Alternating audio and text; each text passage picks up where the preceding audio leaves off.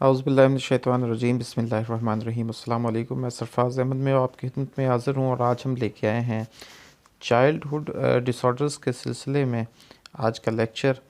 और उसमें आज का हमारा लेक्चर है attention deficit hyper activity disorder, जिसको ADHD कहा जाता है। ADHD क्या होता है, इसका डायग्नोस्टिक क्राइटेरिया क्या है, इसका इंट्रोडक्शन क्या है, इसकी एटियोलॉजी क्या है और इसकी ट्रीटमेंट क्या है, इस हवाले से हम आपको इस लेक्चर में बताने जा रहे हैं। इस लेक्चर को गौर से सुनिएगा और इसके जो टर्मिनोलॉजी है और इसका जो डायग्नोस्टिक क्राइटेरिया है उसको गौर से समझिएगा, ताकि इस डिसऑर्डर के हवाले से आपका कॉन्सेप्ट जो है वो क्लियर हो सके और आप किसी भी चाइल्ड को डायग्नोस कर सकें with attention deficit hyper activity disorder. तो आइए आज के लेक्चर का आगाज़ करते हैं।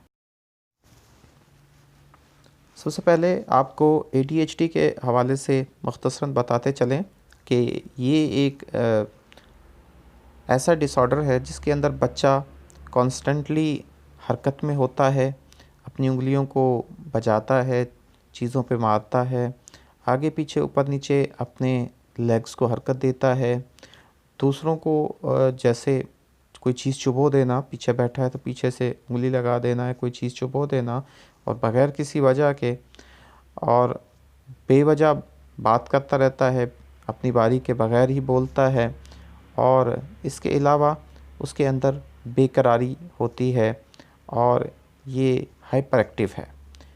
अक्सर जो है ये जो बच्चे होते हैं उनकी किसी भी चीज़ पर जो है वो तवज्जो, किसी भी काम पर तवज्जो नहीं होती और इनके लिए मुश्किल होता है किसी भी टास्क पर एक ख़ास वक्त में जो है वो कंसंट्रेट करना। जब ये प्रॉब्लम सीवियर हो जाती हैं और मुसलसल हो जाती हैं तो ये बच्चे जो हैं, ये जो attention deficit hyper activity disorder का जो क्राइटेरिया है उसको मीट करते हैं। ADHD की जो क्लिनिकल डिस्क्रिप्शन है उसमें जो चिल्ड्रंस विद ADHD वो पर्टिकुलरली डिफ़िकल्टी उनके अंदर होती है कंट्रोल करने में अपनी एक्टिविटीज़ को। ख़ास सूरत हाल के अंदर जब उनको स्टिल बैठने के लिए कहा जाए क्लासरूम के अंदर या खाने के दौरान, जब उन्हें खामोश रहने के लिए कहा जाए तो उस वक़्त वो अपनी हरकत को, अपनी मूवमेंट को और अपनी टॉकिंग को जो है वो कंट्रोल करना उनके लिए मुश्किल होता है, वो अनएबल होते हैं। उनकी जो ये एक्टिविटीज़ होती हैं और जो मूवमेंट्स होती हैं वो बेहंगम सी होती हैं।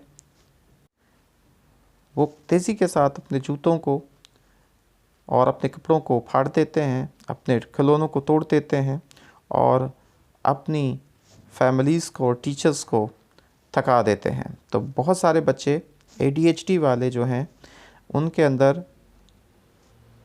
मुश्किल होती है, डिफ़िकल्टी होती है कि वो उनके साथ तरतीब में, इन ऑर्डर में नहीं रह सकते।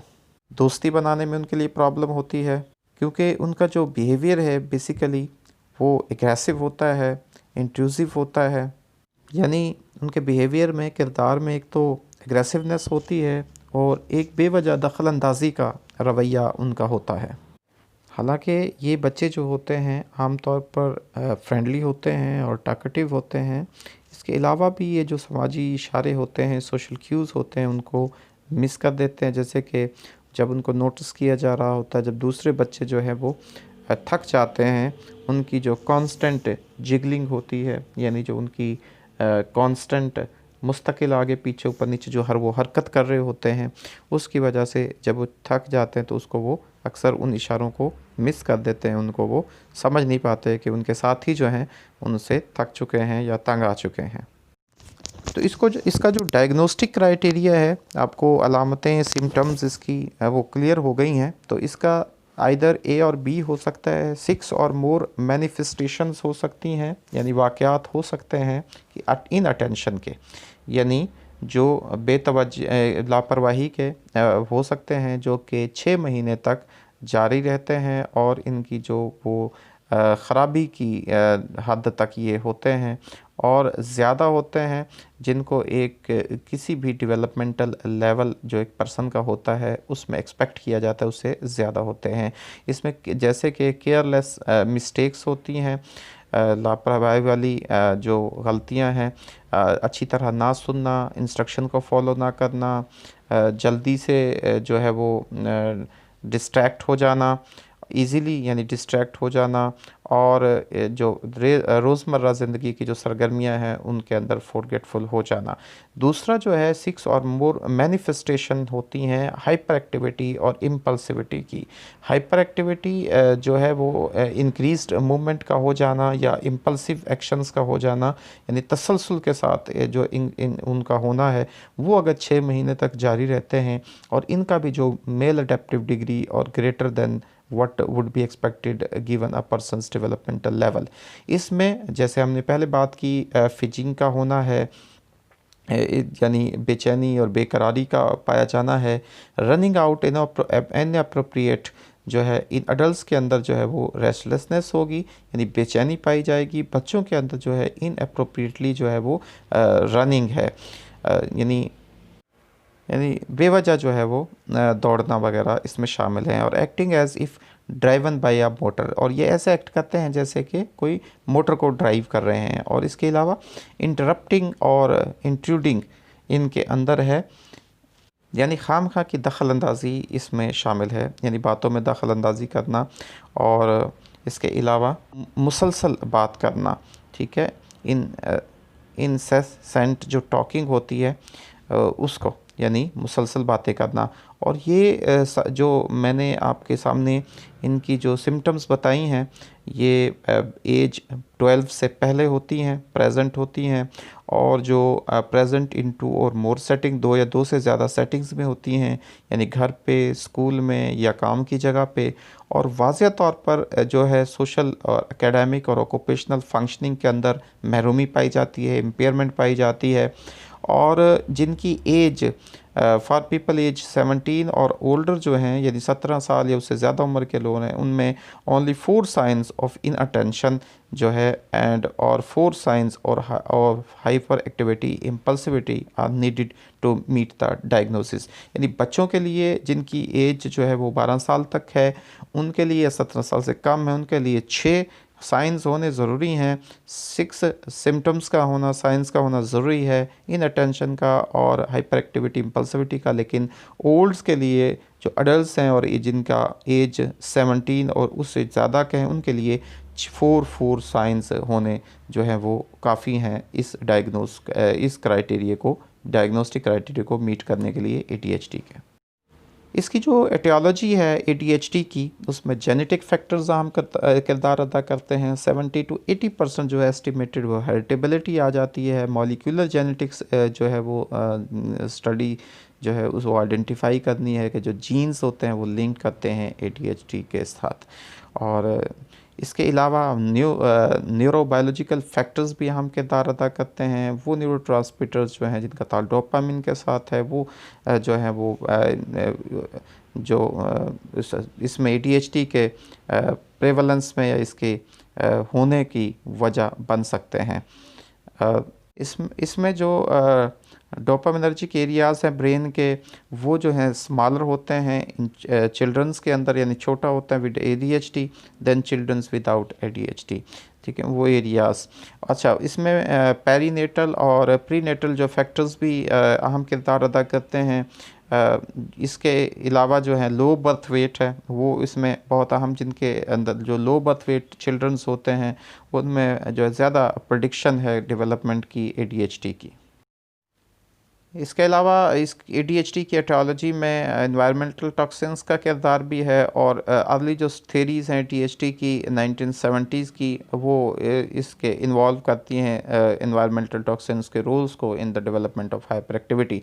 उसके अलावा साइकोलॉजिकल फैक्टर्स हैं, ये बहुत इंपॉर्टेंट है ADHD में।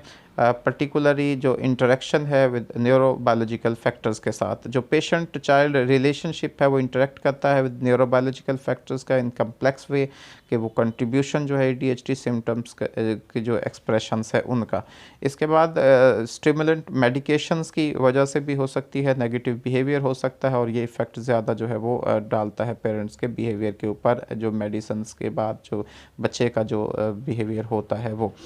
तो ये नेगेटिव इन इफ़ेक्टिव जो पेरेंटिंग जो है वो भी डिक्रीज़ हो जाती है। तो ये उसके फैक्टर्स हो सकते। ADHD की ट्रीटमेंट कैसे हो सकती है? इसके लिए स्टिमुलेंट मेडिकेशंस जो हैं वो यूज़ की जाती हैं। उनमें मिथाइल फिनाइडिट वगैरह या रेटिलिन वगैरह जो है वो प्रिस्क्राइब की जाती हैं ADHD को, 1960 से ये यूज़ की जा रही हैं। इसके अलावा जो medication approved by the food and drug administration जो FDA वो इस्तेमाल की जाती है टू ट्रीट ADHD, जिसके अंदर एडिरल और कंसल्टा है और स्टार्टरा है। तो साइकोलॉजिकल ट्रीटमेंट के अंदर जो है ADHD की, उसमें पेरेंट ट्रेनिंग बहुत इम्पोर्टेंट है। उसके अलावा क्लासेस में जो है क्लासरूम मैनेजमेंट चेंज की जाए, क्लासरूम मैनेजमेंट में चेंज जो है वो, और ये जो प्रोग्राम्स हैं ये डेमोंस्ट्रेट किए जाते हैं शॉर्ट टर्म सक्सेस के लिए, और इसके अलावा इम्प्रूव करने के लिए बोथ सोशल और एकेडमिक बिहेवियर्स को। ये जो ट्रीटमेंट्स होती हैं इनमें चाइल्ड्स के जो है बिहेवियर को वो मॉनिटर किया जाता है घर पे भी, स्कूल में भी, और उनको रीइंफोर्स किया जाता है अगर वो के अप्रोप्रिएटली बिहेव करने पर। For example for remaining in their seats, अपने उनको कि वो अपनी सीट्स पर रहेंगे और काम करेंगे ऑन असाइनमेंट्स पर, तो फिर उनको जो है वो रीइंफोर्स किया जाता है। इस तरह से भी इनकी ट्रीटमेंट की जाती है। इसके अलावा पॉइंट सिस्टम और डेली रिपोर्ट कार्ड्स भी इसमें इस्तेमाल किया जाए। Typical component of these programs, इसमें बच्चों के लिए ख़ास तौर पर स्कूल्स एक्टिविटी, और दूसरे हैं चिल्ड्रंस जो हैं वो ऑन पॉइंट्स और स्टार्स उनको दिए जाते हैं for behaving in a certain ways. तो चिल्ड्रन जो बच्चे होते हैं can then spend their earning for rewards, तो वो फिर अपनी अर्निंग करते रिवार्ड्स के लिए। इसके अलावा स्कूल इंटरवेंशंस जो हैं वो बच्चों के लिए विद ADHD जो है उसमें ट्रेनिंग, टीचर्स ट्रेनिंग है to understand the unique needs of these childrens and to apply operant techniques in the classroom.